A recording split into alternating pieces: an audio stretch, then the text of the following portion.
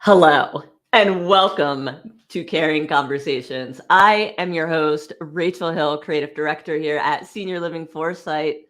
And I am actually not joined, per usual, by my co-host, the wonderful, amazing Jordan Evans of KARE. But there's going to be two people joining me today from KARE. So this is very exciting. I'm actually joined by Charles and Bridget of KARE, and we are diving in to some data, and they are going to break it down for me. And I'm really tempted to sing Spice Girls, tell me what you want, what you really, really want, because you guys surveyed so many of your heroes about the benefits they really want and kind of what that looks like. So Charles, I want to start with you here and sort of have you lay that groundwork for me of, how many people did you guys talk to, what this looked like, and what sort of, sparked that you wanted to do this? I'm gonna invite us just to restart this whole thing over. I mean, the fact that you went with Spice Girls, you cannot judge my musical taste. Unfair. Taking that off the table. I don't want to be a part of this conversation anymore. Yes, you do. No, it makes me feel uncomfortable. Spice Girls is always appropriate, and it's been that way for 20 years. So we're okay. No, yeah. Thank you, Bridget. Thank you. I appreciate that vote of confidence. Charles, what did these KARE heroes want? What do they really want? Gosh. Okay. So let me give a little background on this study. So please. Hopefully everyone's familiar with KARE, but because of what we do, we've got multiple tens of thousands of people that work on our platform. We get to ask them questions, which is really cool because how can you ask a bunch of frontline caregivers questions? Okay, Leanne, we're not going to do Spice Girls. Can we just? Yes, he is. Can we stop with Spice Girls? We're not doing this before the end of the episode, Leanne. Don't worry. Would I be Tall Spice? I don't know. 6'4", balding Spice or something. We'll workshop it. All Spice. Anyway, there's a joke there that I don't know if I should make it. Oh no. I'm not sure we have enough content without it. Would you be Old Spice? Oh no. We can't. No, it's Pumpkin Spice with the orange shirt today. It's Bridget Pumpkin Spice with the orange proof. That's you both. Okay, no. I'll be Old Spice. I'm cool. I'll own that. I mean, old people were cool. Let me get anyway. Can we put on maturity? So you get the opportunity. So here's the thing. This is what I'm here. I'm here to wrangle Charles. This is what this whole episode is going to be. I deserve it. Charles. This is how KARE works. Basically, I'm the least respected CEO in the industry, and I'm cool with that. That's not true. Maybe a little true. No. So Charles, you get the opportunity to ask questions. Yeah, we can ask some questions, and so we've been able to do these kind of big studies. Like just because where else can you ask a bunch of frontline caregivers questions about what they want? I always love coming on webinars or going to panels about workforce studies and issues, and they're always like CEOs or heads of HR for these different companies. They're like, can we actually get some caregivers? And that's actually the nature of this, like why we want to do Caring Conversations. We're trying to bring the voice of the frontline of the KAREforce right into this domain. So we've done several studies, one of which we did about a year ago called A Tale of Two Perspectives. We talked about this before, right? Just a little background where we asked thousands of caregivers and several hundred communities the same questions, like why do you go work for a building? Why have you left working for a building? Why have people come to work for you? And why have they left working for you? To see where they agreed and where they disagreed. Mm-hmm. And those results, and those are on our website. And if you don't, give us a shout, we'll happy to get you the information. Create a really interesting white paper. We did it in conjunction with James Lee. If you know James, great guy. But because the results, why people really disagree on this. For instance, everyone kind of generally agreed that pay was a big reason why people would leave.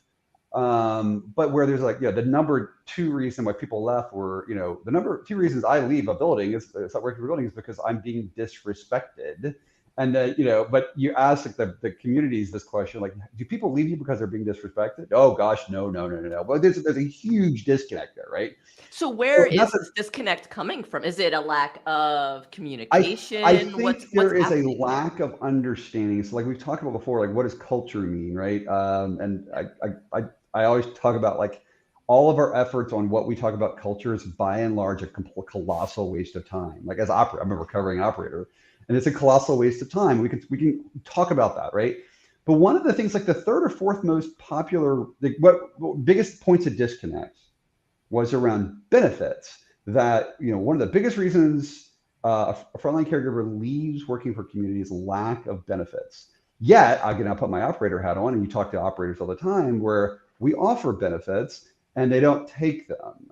So why not? Like, Yeah. why is there a disconnect on this thing? And how do we solve this? Because kind of like with respect, one of the things we found out with like the idea around respect is that there's a huge disconnect of what we think of what respect means. Like, for instance, like employee of the month is actually fairly disrespectful. We could have that whole entire conversation, but we think it's a good idea, right?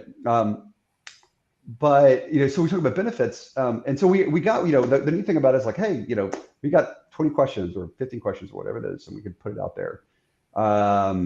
And we, you know, within a couple hours, we'll get 1,000 so responses. So we have like, you know, I think about 1,400 people responded to this one. And on the community side, a couple hundred, and you can compare how they're reacting to the notion of benefits. And it was really interesting. I mean, it's just not only we talk about benefits, but we talk about what are the underlying demographics of our care force? Like we think we know, and you know, we know anecdotally, but just on a macroeconomic basis, like what are the demographics of our care force? Like, you know, how many are men and how many are women? Like, what's the general age dynamics? What, you know, are their marital status and what are their stressors and things like that? We were able to ask, you know, just a ton of questions, and kind of just get some very foundational information. Of course, every time you ask a question, you get the data. You're like, oh, that's an interesting question. Like, now I want to ask this next question. But it's, you know, so what we're nerds. Charles, no, as am I. I mean, do you see these glasses clearly? I need glasses. I like my eye strain headache right now is like breathtaking. We gotta talk. I'll get you looking sharp, my friend. I know. I need to go to the optometrist, Warby Parker or something like that.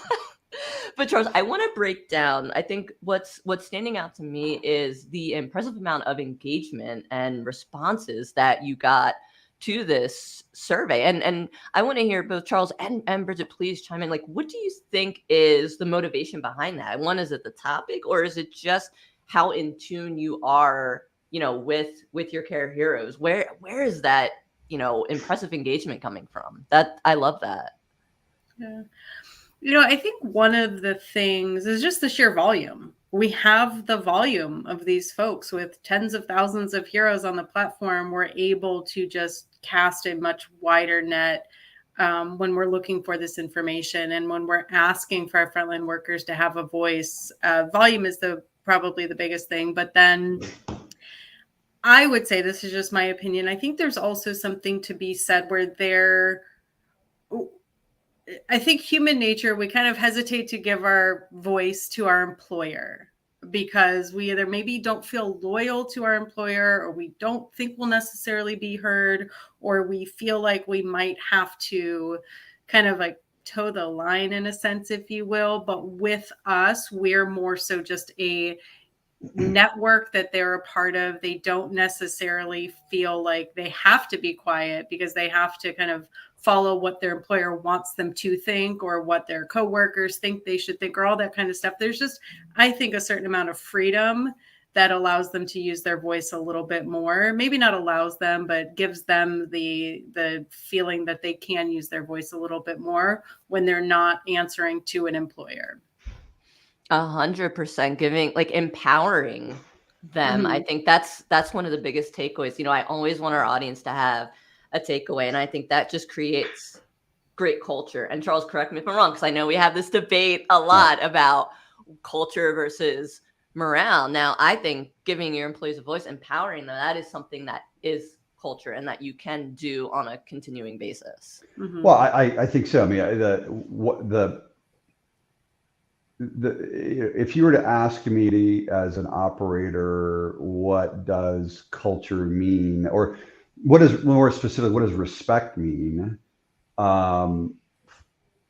between a community company and that frontline care force, I would have said making sure that I praise people for doing a good job. I'm overgeneralizing, but that's generally what I would have thought. Turns out, if you look at what a frontline caregiver thinks, that is so far down the list of what they want. They really don't want to be thanked. I mean, they do, but they don't. I mean, that's not. They're happy to take it, but like that's not their motivation. What they're motivated to be their number one thing is: are you respecting me as an equal member of the team? And so by if we coach operators all the time. If you can create the operational structures within your communities to ask questions in a way that's not condescending, it's like, hey, what do you want? Like, help me understand, what do you want? And so whether that's, sure, do surveys, on anonymous surveys, that's fine, but hopefully you build a culture enough where people, your KAREforce,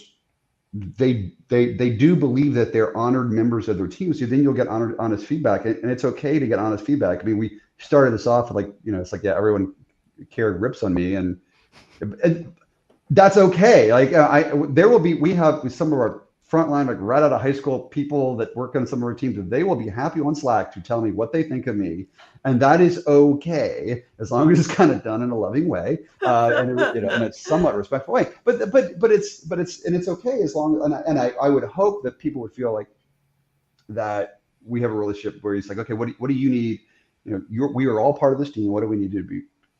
What do you need to feel like you're productive, recognized, you're honored to be part of the team, and reduces your anxiety so you can perform at your best, right? Or in this case, the community take care of residents without certain stressors sitting on your shoulders as you're doing your job.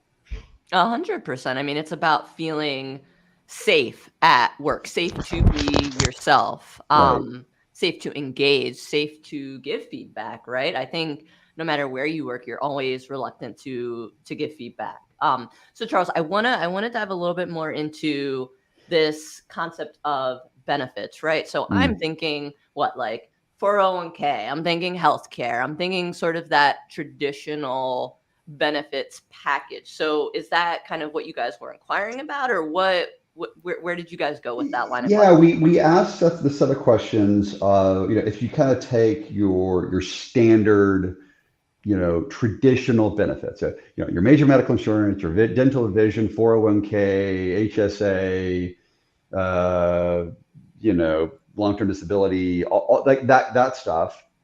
But then we also, because we already started getting notions of this in our other studies, that what we think of benefits and what a frontline caregiver thinks of benefits may not be this. They're not always the same thing. Yeah. And so we did a whole second part of the studies on non-traditional benefits, tuition reimbursement, meal subsidies, transportation, like there's about 15, 18, 20 things, something like that we did just on like, what do you want from that?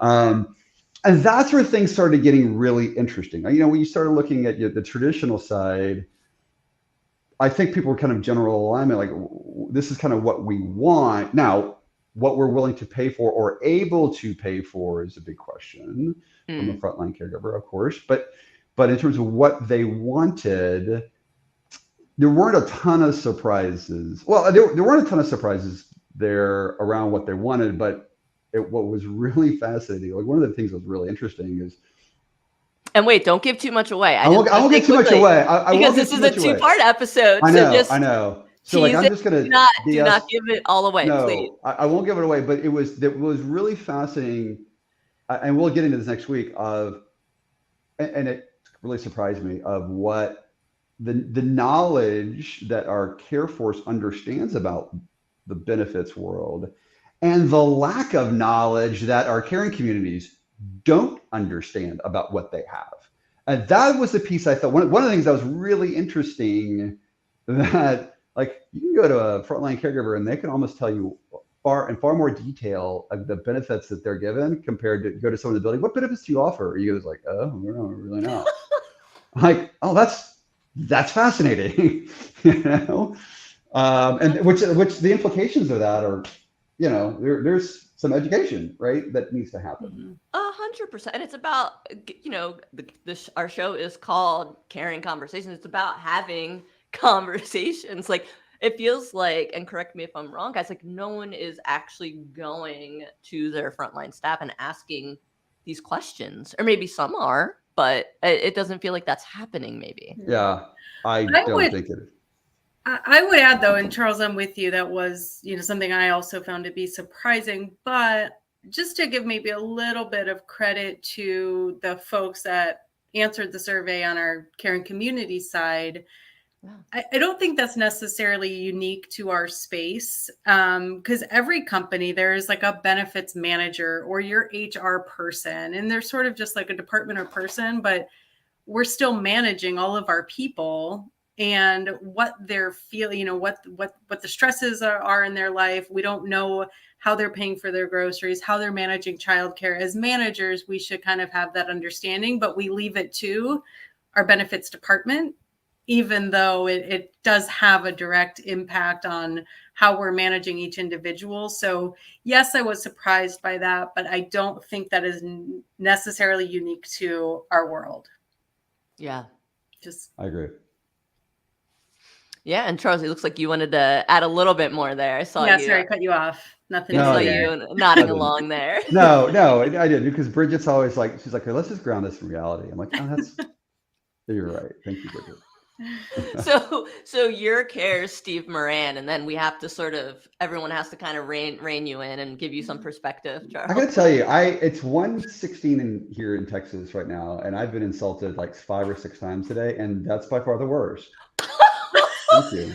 Steve, you better chime in here. Charles those are fighting words. So yeah. Steve, if you're not watching live, this should give you more motivation to watch live. Right. And also live comments, guys. If you are watching this live, while you're eating your sandwich or trying to catch a break at work, please say hello. We want to hear from you.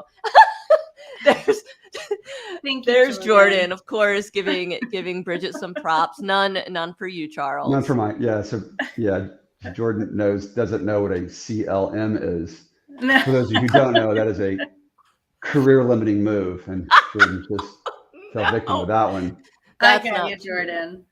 Come on, no, Jordan has job security. Charles, you're not going to co-host this show with me, so. I would love to. Uh-oh. Jordan, I'm sorry. Don't call me Steve Moran. I didn't know where that was going. Neither do I. So let's talk about, Charles, you brought up this interesting concept of unconventional benefits. So that I found really interesting, and I want to dive into that. Now, did you guys list this as sort of like extra options of like things that you would like? Were your KARE heroes, pitching these additional options? And then Bridget, I want to kind of have you weigh in on particularly, the demographic of your KARE heroes and why maybe they are actually so vocal about these sort of unconventional types of benefits. Mm-hmm. Yeah. So the structure of it, we laid out, a little bit of the foundation of that is the nature of the questions are set up based on one, like just kind of like, what do any companies anywhere offer in terms of untraditional benefits? We also talked with some folks in the benefits space, the insurance space. It's like, because they have a pulse, and they look at this as well. They're actually interested in this research as well, but they have a pulse, like, okay, what do you see people offer, like other companies that are wacky, right? And so we started asking these questions, like, okay, of this whole cornucopia of options, what would be your biggest preferences on some of these things? Some are things that again, like tuition reimbursement is, I still categorize that as non-traditional, because not everybody sort of does that. It doesn't fall under like a major medical category, but those are things too. There's some other kind of little other odd ones that you don't hear about, and we gave them the options of what they would choose. And some of the things, like a lot of them kind of, there's one, and we will have suspense next time, is shocked the bejesus out of me. Well, I'm ready for that one. Yeah. Nice. Something that I get up on stage all the time and talk about, and we're like, oh, what? I could be really, really, really, really, really wrong on this. So I don't know what to do with this information. We're actually trying to dig into it. That's really interesting. And it sounds too, Charles, like you guys are here. I mean, these are real things. They don't want, this isn't Facebook. They don't want ping pong tables in in the break room. Like they don't want these ridiculous things. These are things that are genuinely and truly like serious issues that will help them Shockingly, be. ping pong was the #1 thing they wanted. Ping pong. Well, you can't say that now. Who's going to tune in next week? So, You don't Bridget, remember too. Bridget, I want to turn it over to you a little bit and kind of talk about this frontline stuff, the demographic, and maybe again why some of these sort of again non-traditional or unconventional benefits are being at the forefront here of something that they want. Yeah. So for us, the demographic are most of our heroes. I would say we have everybody from a CNA up to an RN. But the vast majority of our folks are, we've got everything from students to, the younger folks, all the way up to people who are actually kind of trying to retire, but still kind of want to stay active. So we do have some of the older demographic as well. But I would say strong majority, 20 to 40 African-American, a lot of mothers on the platform, whether they're single mothers or part of a working family, mixed bag. And I think that that's what we're seeing a lot of too, is there's a good spread. And so when, Charles is talking about things like tuition reimbursement, not everybody is continuing their education. When we're talking about childcare, not everybody has children. When we're talking about things, just, daily supplemental financial support in terms of travel reimbursement, gas reimbursement, grocery stipends, things like that, not everybody has financial struggles. So maybe, just the way our platform is with scheduling, flexibility is a huge thing. So as we're looking at benefits, is there something around flexibility we need to look at where people can sort of customize something that is what they need? Because we offer these blanket benefits package, but the pool that we're working with does not have a blanket lifestyle. 100%.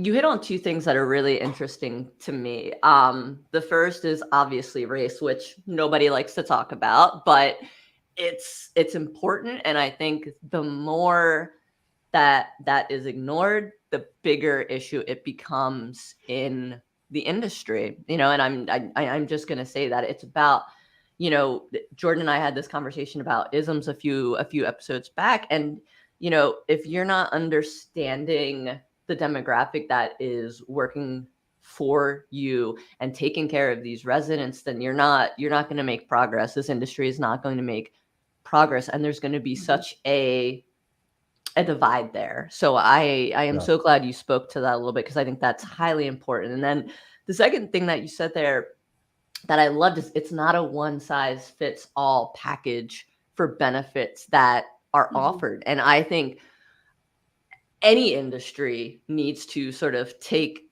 that one little like tidbit away from this episode, because I'm not going to need the same thing as you, Bridget, or you, Charles, as far as medical attention or care or different benefits, So yeah, I really, really love that. Yeah. And I think the other piece, I don't think anybody in our industry can argue that, especially again, around that CNA role, the wage that they're making, I don't think anybody can really argue. It's basically minimum wage. And I think we tend to offer medium wage, if you will, medium wage benefits.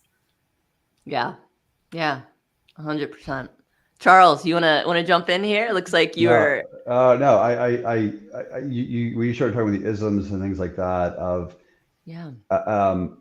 be frank. Like a lot of the data that's coming back it's inviting so many more questions than it's providing answers, which is interesting and challenging. And we've already taken a lot of this data. We shared it. We have a great partnership with NACA, National Association of Healthcare Assistants, because they do their own research as well. And we're comparing like, how do we make sense of this? Or frankly, like, how do I, as a white male, make sense of what I'm seeing in the data?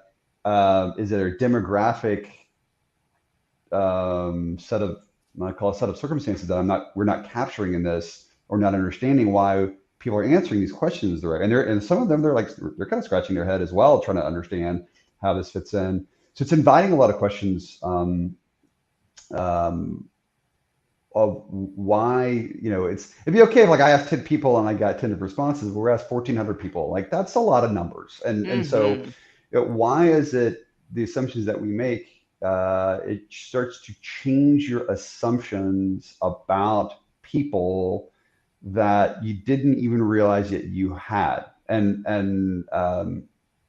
it's, it's powerful and it's challenging. We'll dig into it.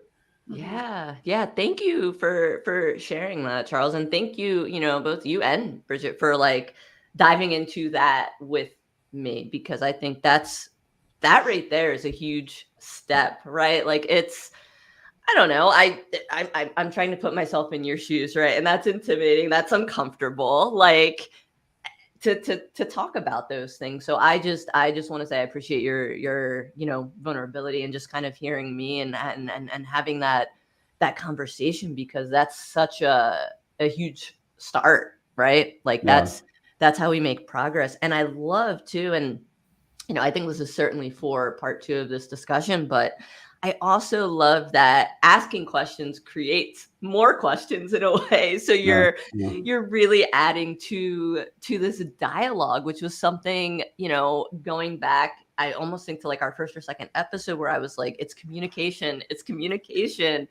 And that's ultimately what is going to, make the KAREforce better. And make working in communities overall better. So I hope you guys, agree with that and continue down that path, because I think it's hugely important. Thank you. Yeah, absolutely. So, I know I teased some results here in the second part, but as far as sort of getting eyes on like what these questions look like, this white paper, Charles, can you share a little bit of information on that before we end this episode, please? So specifically kind of like what kind of questions we were asking folks. Yeah. And where, they can sort of lay eyes on this before part 2 of the episode. So the great thing is we have so much great data. The bad thing is we are still in the process of writing this. So we have the data, we have a lot of the analysis, but there are some things we're trying to make sense of, and so it's taking longer than we want to publish it for a couple of reasons. One, as Bridget will be happy to attest, our lives are utter chaos at KARE, but also we want to kind of cross-check some of the assumptions we have, and because the implications of some of the responses are very powerful. We want to make sure we get it right. So like I said, we're having conversations with our friends at NACA. Like, hey, cross-reference this with your research to make sure there's nothing, that we're not missing. But and a lot of it is on things where if I bet you if we were to ask people in our industry and they offer like, okay, if you do one thing to solve your staff retention problem, what would it be? And I bet you 75% of them would answer this one thing, and it turns out like that is not at all how the data is coming back. That's not the answer. I'm like, I don't know how to make sense of it. But then it also is like but then you say, okay, why did I assume that? And because you know what the demographics are, and your assumptions about the demographics are relatively correct. At least I'm putting my own self on it. But like, therefore, you think these people would want X, and they don't, and why? And then, but they want this other thing.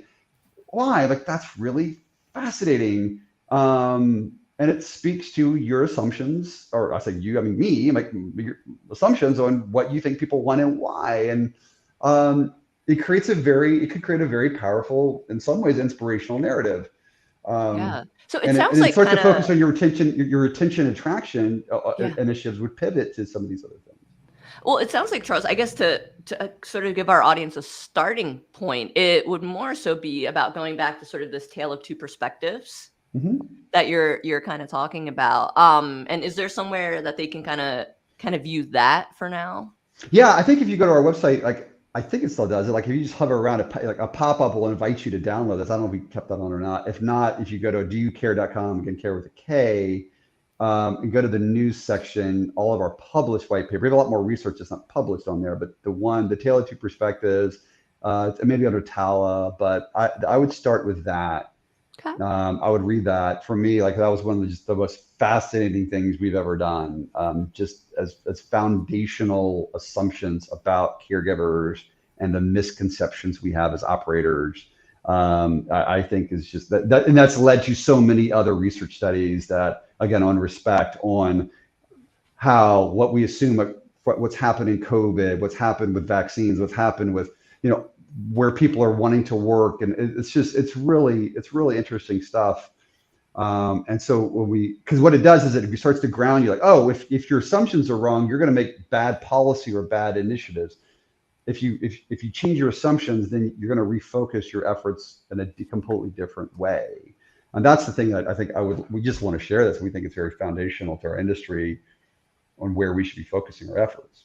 100%. And Bridget, before we wrap up here, I just want to kind of turn it over to you. I feel like, Charles, that was such a great nugget to leave our audience with. And Bridget, I'd love to turn it over to you. And just one thing you'd sort of like our audience to walk away from this episode thinking about or coming to the next episode with.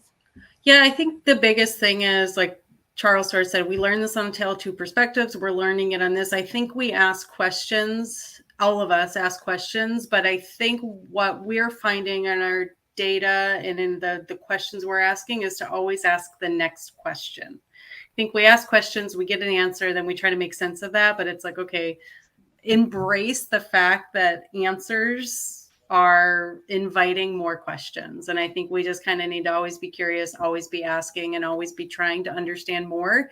And most specifically, kind of understand the other perspective. 100%. I think that's not only like an industry lesson, but a life lesson. So I love that. Charles, Bridget, I know it is, we're in the chaos of conference season. So thank you both so much for making time. And then Charles, I know you'll be joining me next week. Bridget, you will be on a flight. You will be missed. So safe travels. And guys, after that, Jordan will be returning. And I'm just going to say this live so that Jordan can just be shocked. I haven't even told him yet, but Jordan and I will be at Leading Age. So we need to connect and get together. And hopefully we are going to be doing a live caring conversation. So very excited about that. And then so much great content coming your way, guys. There's going to be a Halloween episode. Charles said he's wearing a cat costume, and he's going to say the Catwoman line of "Care is adaptable." And that's what our frontline staff is working. Oh, I thought the whole Spice Girls theme was uncomfortable. That was this episode. Now we're moving on to Halloween and the cat costume. All right, I'll wear a kitty cat costume. Guys, thank you for joining us. I'm going to wrap us up before I get into any more trouble or get... Oh, Jordan. Guys, thank you for joining us. Thank you. And we will catch you on the next one.